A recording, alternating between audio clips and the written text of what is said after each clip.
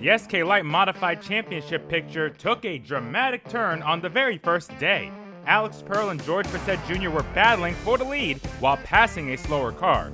The front runners tangled, wrecking both cars. That allowed Derek Debbas to score the season-opening victory, starting his reign as champion on a high note. But things went south quickly for the Oakdale native, getting caught up in an early accident the next race. It would be the first of 6 DNFs for Debbas. The car hasn't been lacking speed, but man, has that 56 been lacking the luck needed to get another title. Tyler Chapman cemented himself as a title contender in Week 2, edging out Tyler Berry at the finish. Chapman had the point lead for the first part of the season, thanks to top 10 finishes in the first 7 races, but back-to-back DNFs after that erased the Ellington native's point lead. But more top 10s plus another victory since then has allowed Chapman to retake the top spot. Tyler Berry became one of the most consistent drivers in the first half of the year. The SK Light sophomore earned 11 top 10s in the first 12 races, including 4 runner-up finishes, eventually giving Berry the point lead. But 3 straight finishes outside the top 10, including a DNF after a dramatic accident, led to the Griswold native surrendering the top spot in the standings.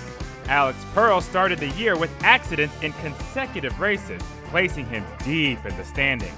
But since then, Pearl has scored top 10s in 11 of the next 13 races, including 3 victories. The impressive bounce back has allowed the 7 team to fight once again for the championship. Another driver who had a rough start to the year was George Bassett Jr. The Mad Pups season opening wreck forced the team to utilize their backup car. But the second half of the season has been much better for the Danbury native, who has won 3 of the last 8 features to go along with 6 straight top 10s. They say it's not about how you start, but how you finish. The 39 team season started really bad, but they're poised to finish off strong.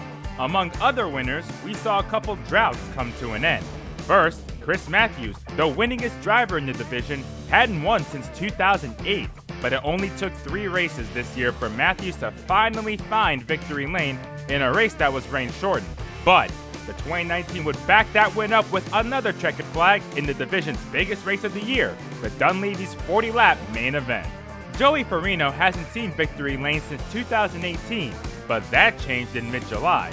Farino stayed up front the entire race and had to hold off a hungry pack of drivers behind him in the final laps to claim the victory. And boy, was it a popular victory for the mayor. 2 drivers managed to get their first career SK Light wins.